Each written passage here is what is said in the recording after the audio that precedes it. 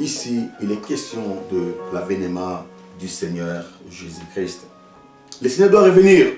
Mais avant que le Seigneur vienne, il faut que l'Église de Dieu soit d'abord enlevée. L'enlèvement de l'Église doit intervenir d'abord, en premier lieu. Et le Seigneur Jésus-Christ apparaîtra. De son vivant, il avait dit, je suis la lumière du monde. Christ de son vivant, il pouvait dire que c'est moi qui suis la lumière du monde, c'est moi qui éclaire le monde. Mais lui, la lumière du monde, bien aimé dans le Seigneur, souvenez-vous, il était mort, il était parti, il avait quitté ce monde. Et le jour où le Seigneur avait rendu l'âme, le jour où le Seigneur avait quitté ce monde, vous vous souvenez encore, le monde était plongé dans l'obscurité, dans les ténèbres, dans les noirs. La Bible dans Matthieu chapitre 27, au verset 45. Depuis la 6e heure jusqu'à la 9e, il y eut des ténèbres sur toute la terre. Avant que le Seigneur ne puisse rendre l'âme, il y a eu 3 heures, suivez-moi bien dans le Seigneur. Il y a eu 3 heures de ténèbres, comme pour dire que celui qui éclairait est parti. Celui qui éclaire le monde a disparu. Comme signe, le ténèbre a envahi toute la terre. Le Seigneur rendit l'âme. Et on a mis son corps. La lumière que nos cœurs contemplent. La lumière que nos cœurs contemplent.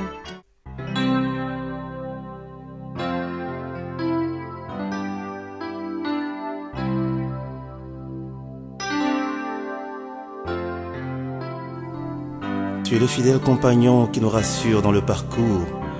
Et c'est l'éclat de ta beauté qui éclaire le chemin de ma vie. Et comme une brebis fragile, je trouve ma force dans la chaleur de tes bras de bon berger. J'écouterai ce que dit Dieu, car il est droit pour qui l'écoute.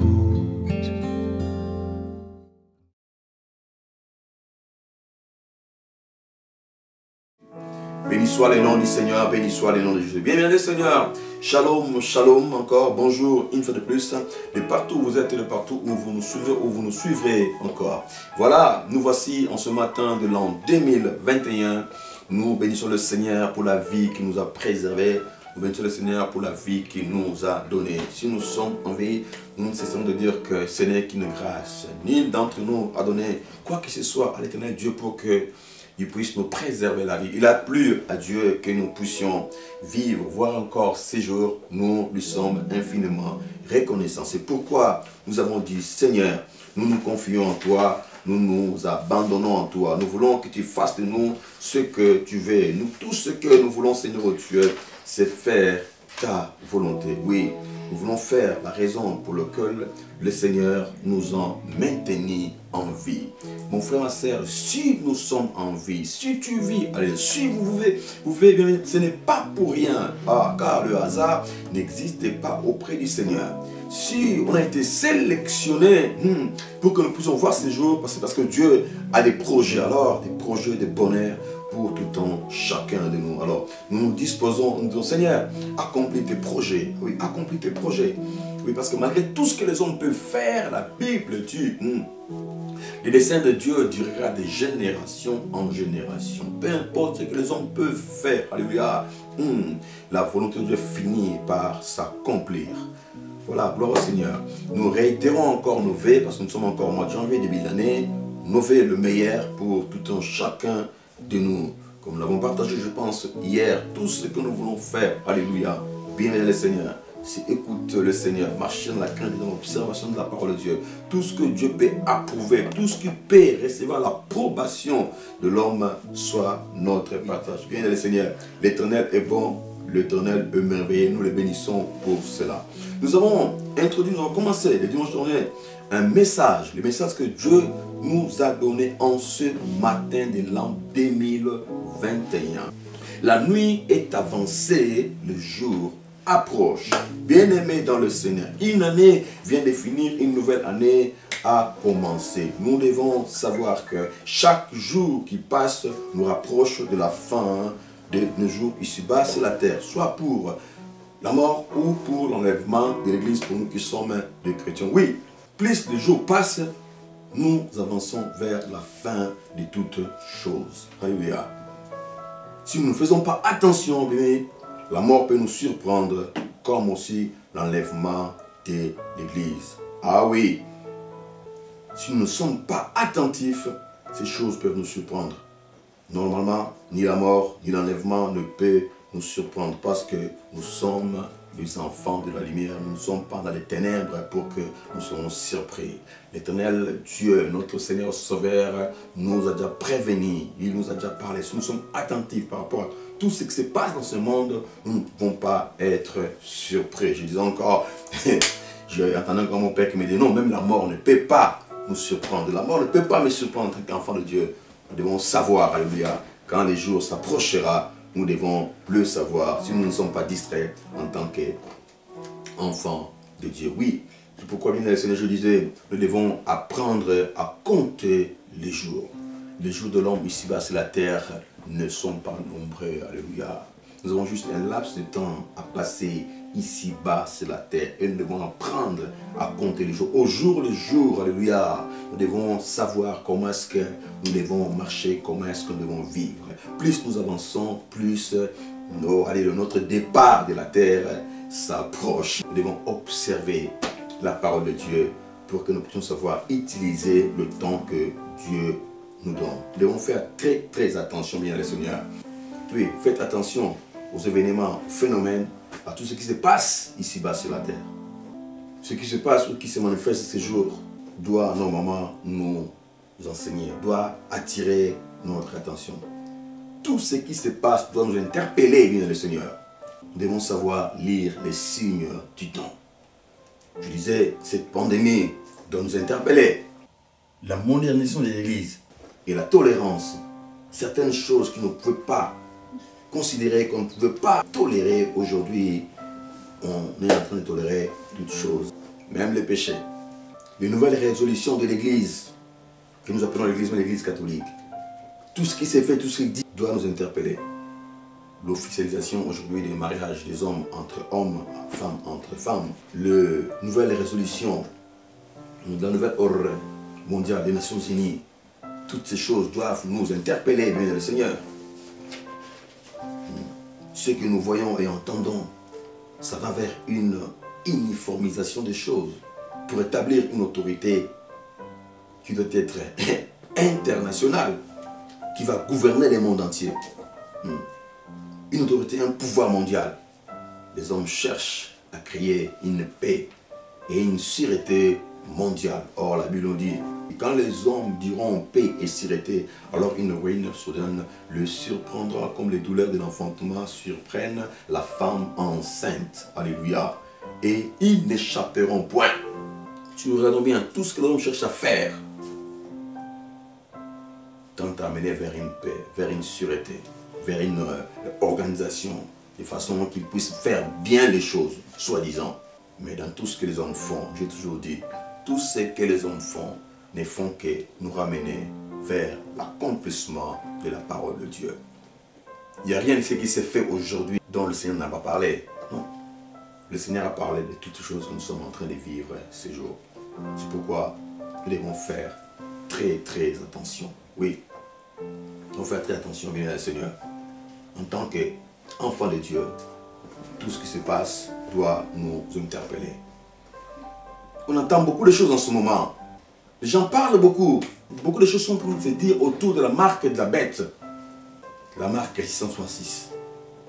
Oh, les vaccins. Et la marque de la bête. Bien, Seigneur, nous devons comprendre les choses. La parole est là pour nous éclairer.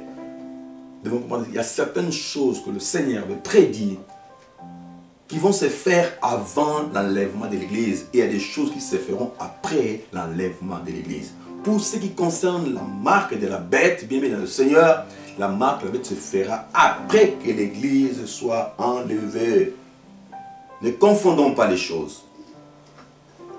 Il n'y a pas de marque de bête dans les vaccins, s'il vous plaît. Comprenez ces choses. Nous devons faire très attention avec tout ce qui se passe ou avec tout ce qui s'est dit. Nous sommes les enfants de Dieu, pardon. nous avons l'Esprit de Dieu et nous devons discerner toutes les choses. Il est vrai que le système de l'impie, le système de l'iniquité agit déjà. Il faut seulement que celui qui les retient encore ait disparu et alors paraîtra l'impie. C'est que nous disons 1 Thessaloniciens 2, versets 7 et 8. Le système du diable, de l'ennemi, de l'iniquité agit déjà, ça se manifeste déjà. L'opposition à la volonté de Dieu est là. Mais seulement la marque avec l'impie apparaîtra après que Dieu ait enlevé son Église. Alors tant que l'Église est encore là, ces choses ne peuvent pas se manifester. Ces choses ne peuvent pas se faire. C'est l'Église qui est en train de retarder. C'est l'Église qui est en train d'empêcher que ces choses puissent se faire. C'est pourquoi nous, Église, nous avons intérêt à veiller et à prier. Afin que les choses se fassent selon la volonté du Seigneur, pas la volonté des hommes.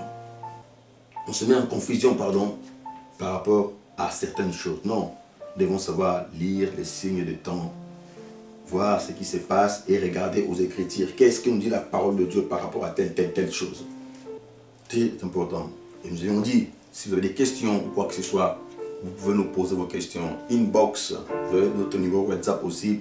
Envoyez des questions. Par la grâce de Dieu, nous allons vous répondre. Je vous dis, nous n'avons pas toutes les réponses à vos questions, mais l'Éternel que nous portons en nous, le Seigneur que nous portons en nous, a toutes les réponses possibles pour toutes les questions que vous pouvez vous poser. Alléluia. Mais laissez-moi un peu entrer dans le message du jour, ce que le Seigneur nous a donné comme message. La nuit est avancée, le jour approche. Nous sommes dans le livre de Romains chapitre 13, le verset... Romains chapitre 13, le verset 11. Voilà, verset 11 à 14. C'est là où nous avons tiré notre message. Nous allons lire la parole de Dieu. De là où vous êtes, de partout où vous êtes, bien le Seigneur, vous pouvez toujours vérifier les Écritures. Romains chapitre 13, verset 11 à 14. Nous lisons la parole de Dieu. Cela importe d'autant plus que vous savez en quel temps nous sommes. C'est l'heure de vous réveiller enfin du sommeil, car maintenant le salut est plus près de nous que lorsque nous avons cru. La nuit est avancée, le jour approche. Dépouillons-nous donc des œuvres des ténèbres et revêtons les armes de la lumière. Marchons honnêtement comme en plein jour, loin des orgies et des livrogneries, de la luxure et de la débauche, de querelles et de jalousie. Mais revêtez-vous du Seigneur Jésus-Christ et n'ayez pas soin de la chair pour en satisfaire les convoitises. Alléluia. Telle est la parole de Dieu. C'est là que le Seigneur a permis que nous puissions puiser et méditer un peu tout ce que nous allons partager. Bien-aimés dans le Seigneur, en tant qu'enfants de la lumière, nous sommes éclairés. Nous ne vivons pas dans l'obscurité, quoique le monde soit dans l'obscurité. Mais nous, de notre côté, alléluia, il y a le soleil qui brille.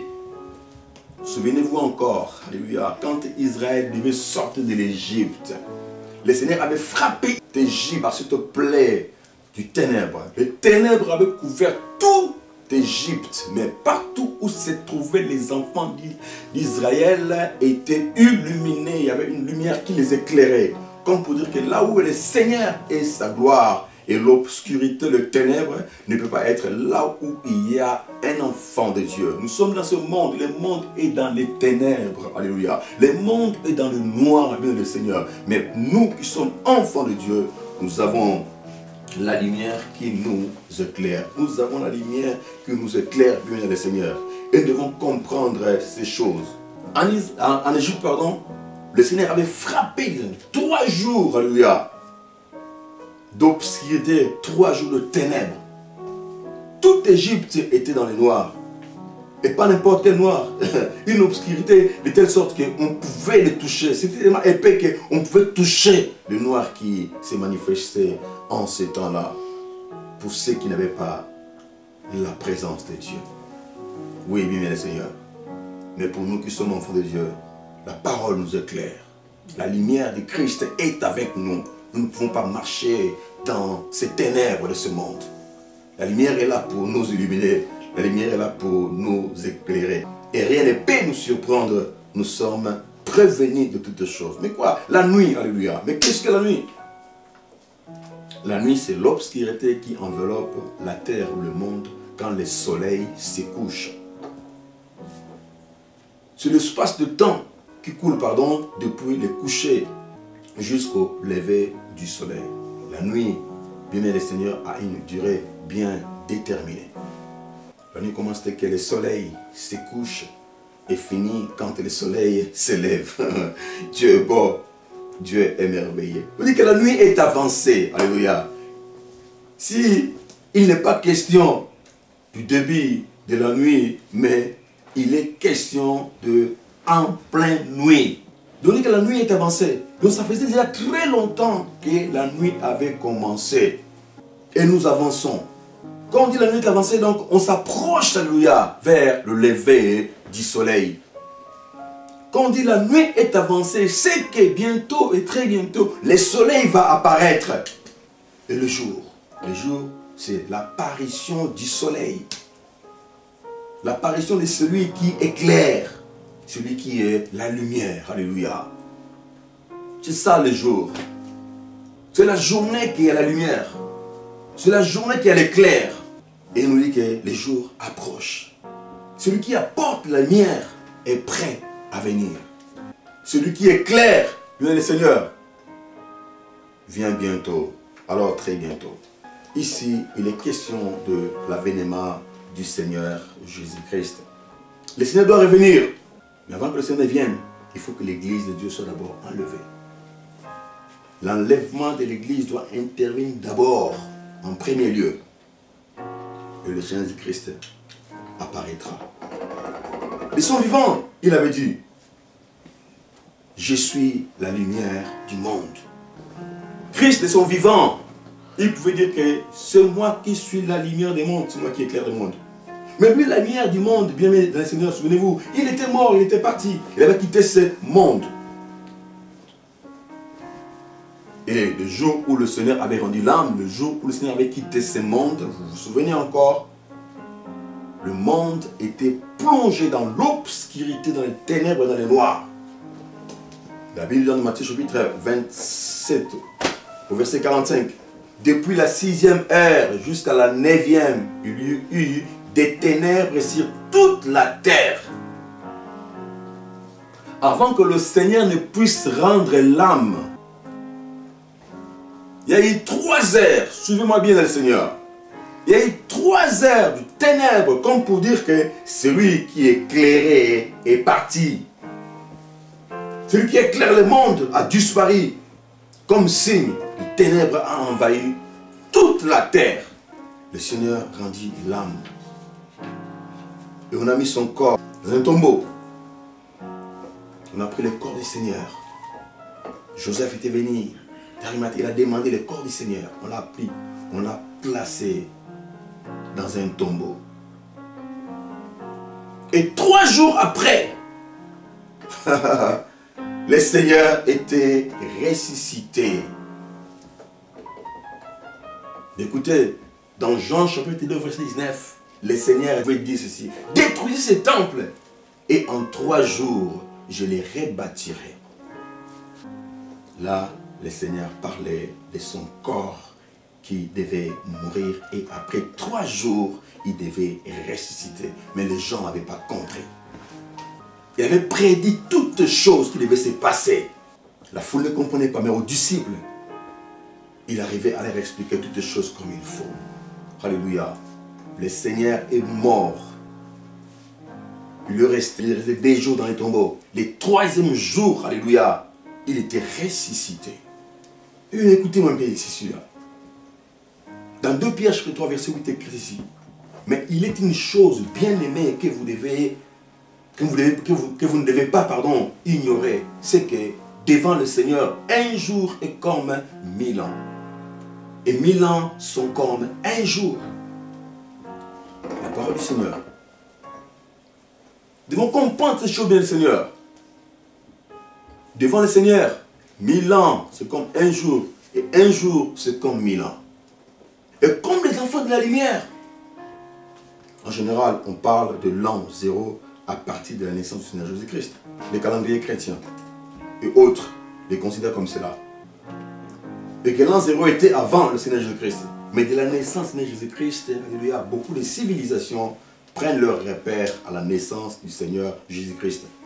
Quelqu'un me dira peut-être non, mais homme de Dieu pasteur, les temps ont changé, on a changé les choses, les gens il y a divers calendriers qui existent, il y a plusieurs choses, alléluia, qui se font et qui se disent. Mais normalement, notre calendrier, notre ère là n'est pas. Non, bien Seigneur, vous savez, les gens peuvent tordre les Écritures, les gens peuvent faire je ne sais pas quoi, alléluia, ici-bas sur la terre. Mais si Dieu veut nous communiquer sa pensée, il va toujours trouver de quoi nous donner sa parole. Il va toujours trouver comment nous pouvoir communiquer sa parole. Si l'Éternel Dieu veut nous parler, il trouve toujours un moyen pour le faire. Peu importe la modification, le changement que les hommes peuvent faire, la vérité triomphe toujours. Peu importe les manigances que nous pouvons faire, bien le Seigneur, si Dieu veut nous parler, il nous parle. Ici, par notre faible compréhension, par notre faible révélation, le Seigneur nous enseigne ceci. Si le Seigneur Jésus-Christ était né en l'an 1, donc considérons que le Seigneur est mort dans ces mêmes millénaires. Et depuis qu'il est mort jusqu'à ces jours, nous sommes en l'an 2021. Mais souvenez-moi bien. Si l'on considère un jour comme 1000 ans, et que 1000 ans vaut comme un jour, nous devons comprendre que, bien Seigneur, nous sommes déjà dans le 3e jour de la naissance du Seigneur Jésus-Christ. Jusqu'à l'an 1000, ça peut faire un jour. Mais de l'an 1001 jusqu'à l'an 1999, ça faisait 2 jours. Et quand nous sommes rentrés dans l'an 2001, alléluia, on a déjà avancé, on a déjà fait un pas vers le 3e jour. Cela est simple, bien Seigneur. Les choses de Dieu sont simples, sont des fois faciles. Nous cherchons à compliquer les choses. Donc si nous comprenons bien, avec ces faibles connaissances que nous avons, que le Seigneur nous a montrées, nous pouvons comprendre que nous sommes déjà au 3e jour. Alléluia. Nous sommes déjà au 3e jour, bien Seigneur. Et la parole que nous avons méditée ici, que nous méditons ici, nous dit, la nuit est avancée, les jours approchent. Quel jour qui approche? C'est le jour du Seigneur qui est en train de s'approcher. Le Seigneur, il est mort, alléluia. Sur la croix, on a percé ses côtés avec une mer. L'obscurité avait envahi le monde pendant 3 heures. Il y a eu 3 heures de ténèbres dans le monde entier, comme pour dire que celui qui éclaire le monde est parti. Le monde est resté dans la lumière. Ils ont pris ce corps, on l'a enterré. 3 jours après, le Seigneur était ressuscité. Il a dit, détruisez ce temple. Alléluia. Au bout de 3 jours, je vais le rebâtir.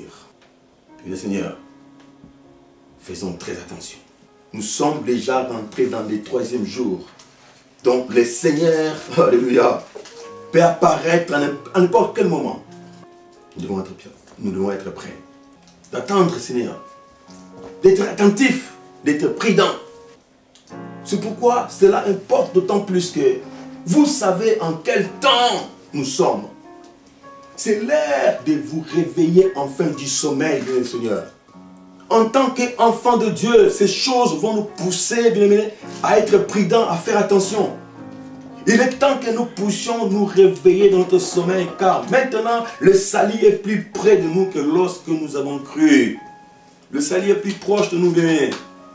Nous venons de très loin. Alléluia. Bientôt et très bientôt, nous allons arriver. Et pas être outils, les âmes sika. Mais pas être au kende, les âmes pembeni. Nous venons de très loin. Mais là où nous allons, bien aimés, est proche.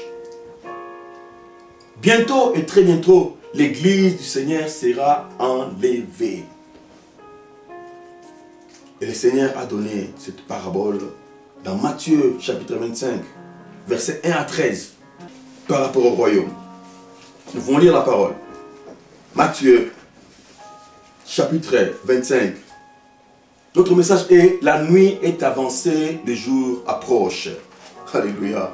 Le Seigneur est bon le Seigneur est merveilleux. Écoute, dans Matthieu chapitre 25, à partir du verset 1er jusqu'au verset 13, il est écrit ceci. Alléluia. Prenez vos Bibles, prenez la parole de partout où vous êtes. Nous allons faire cette lecture.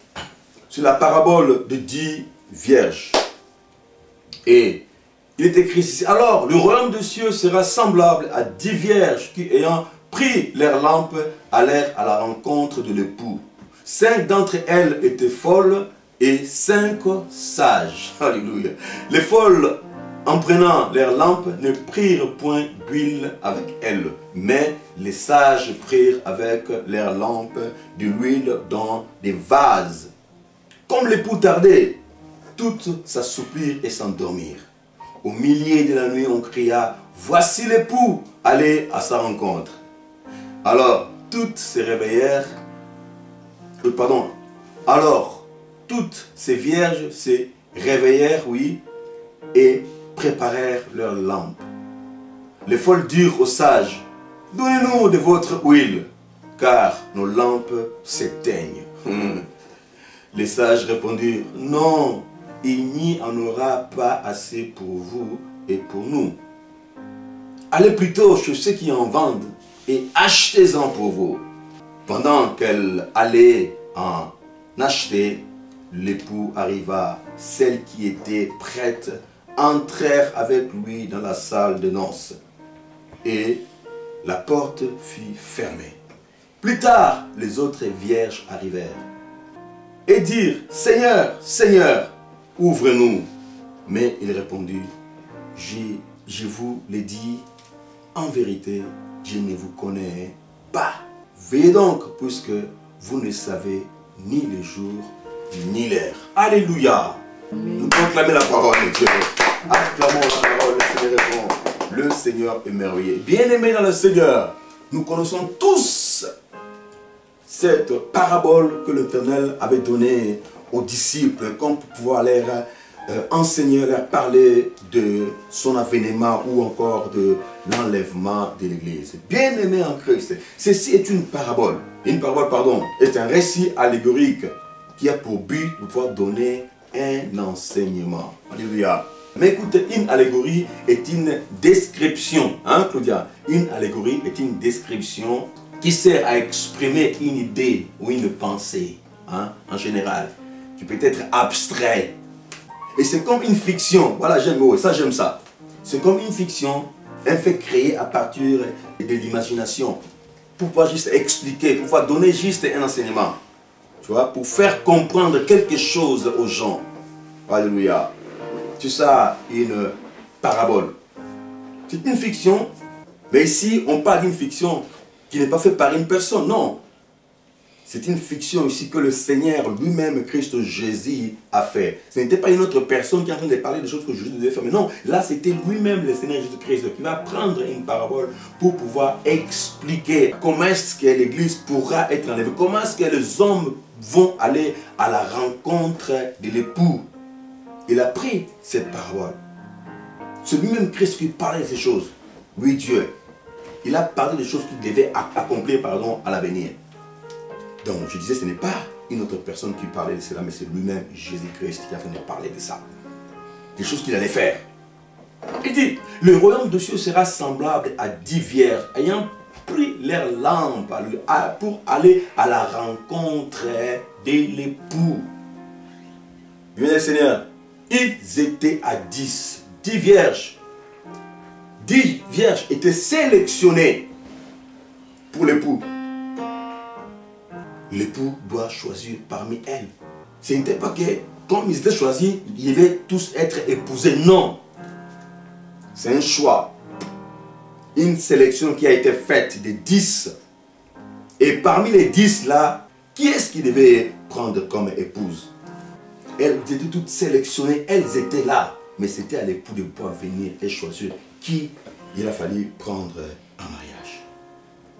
Mais pour que l'époux puisse choisir, il a fallu que les femmes puissent arriver et entrer dans la salle de noces. Sans la présence de la salle de noces, on ne pouvait pas être choisi. Mais comment avoir accès à la salle des noces. Alléluia. Qui va être présent devant l'époux? Qui aura la grâce de voir, ne fût-ce que l'époux? Parce que le voir déjà donne une probabilité de pouvoir être peut-être sélectionné. Beaucoup sont appelés, mais peu sont élus. Bien le Seigneur, nous sommes nombreux aujourd'hui, nous sommes beaucoup, nous sommes appelés. Mais qui sont ceux-là qui vont être choisis? Qui sont ceux-là? Elles étaient toutes sélectionnées. Mais qui est-ce que le roi devait choisir comme épouse? Déjà pour l'élection, il y avait deux critères.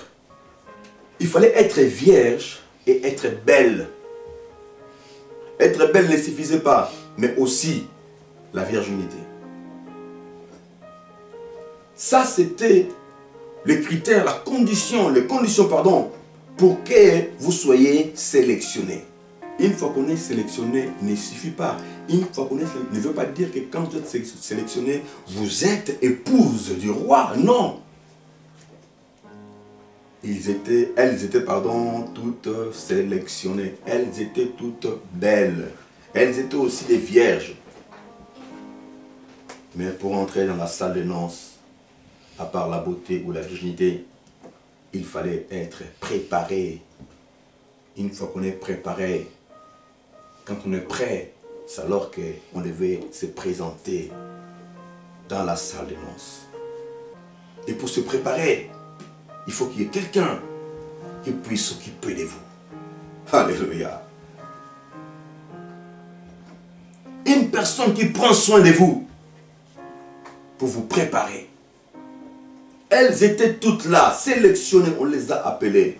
Mais il fallait que Égée puisse prendre soin de toutes les femmes qui ont été sélectionnées.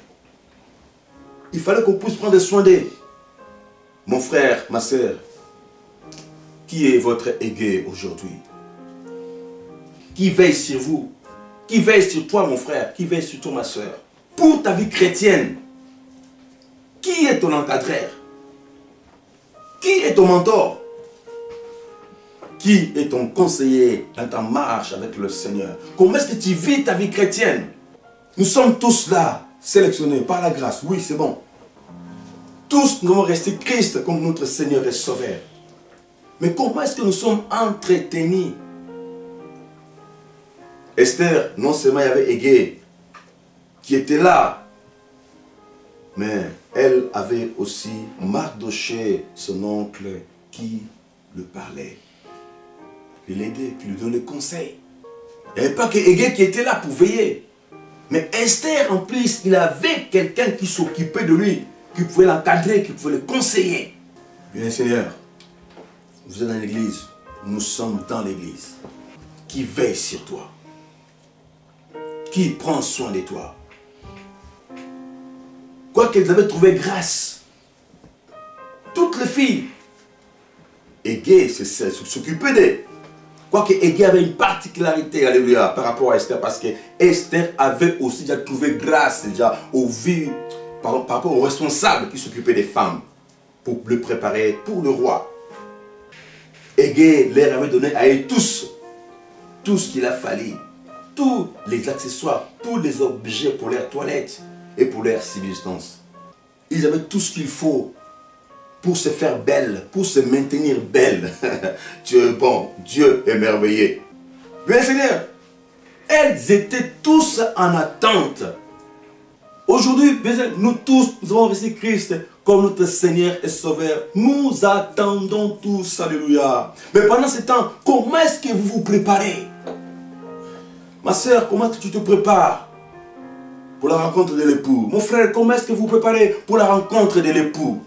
Comment est-ce qu'on se prépare? Comment est-ce que nous nous préparons pour la rencontre de l'époux? Cela est très important. Nous attendons tous la venue du Christ. Mais de quelle manière? Nous sommes tous sélectionnés. La première condition est là. Nous l'avons faite. Nous l'avons respectée, nous l'avons honorée. Là maintenant, on se prépare. La Bible dit qu'elles prirent leurs lampes. Chacune avait une lampe. La parole est la lampe que nous avons aujourd'hui, qui nous éclaire. La parole est cette lumière, alléluia, qui peut permettre que nous puissions aller à la rencontre de l'époux. Quelle est cette parole que vous écoutez, mon frère, ma soeur? Est-ce que cette parole que nous écoutons, elle nous éclaire seulement?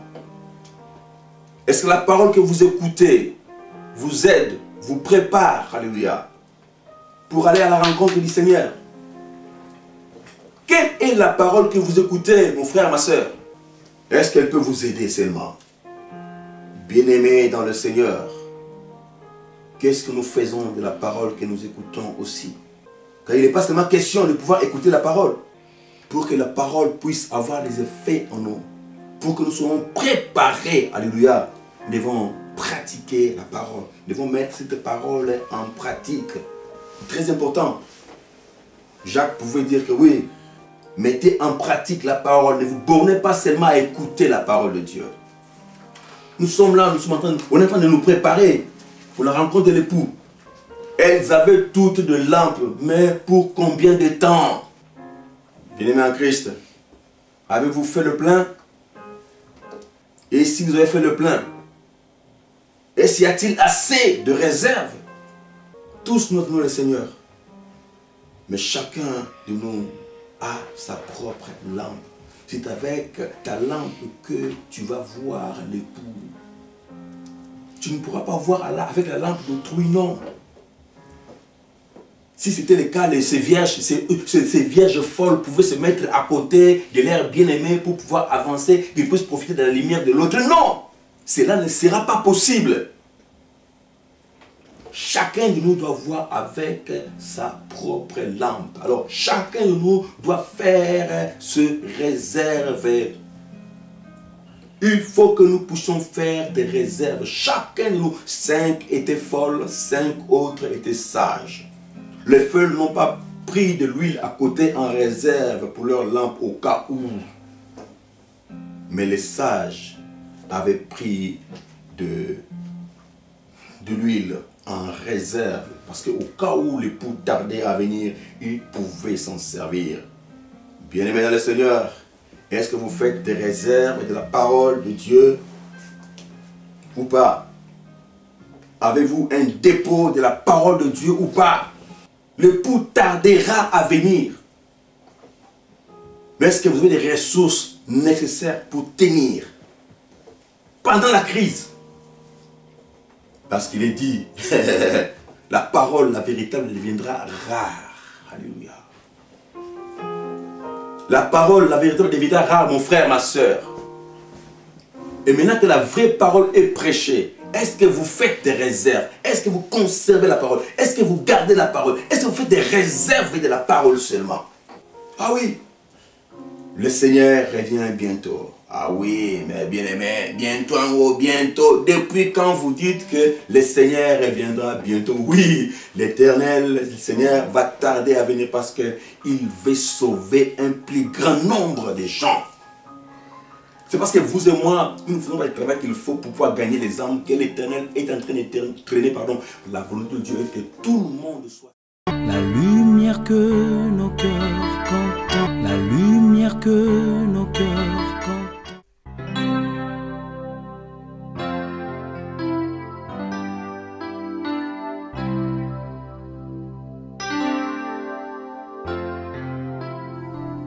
Tu es le fidèle compagnon qui nous rassure dans le parcours, et c'est l'éclat de ta beauté qui éclaire le chemin de ma vie. Et comme une brebis fragile, je trouve ma force dans la chaleur de tes bras de bon berger. J'écouterai ce que dit Dieu, car il est droit.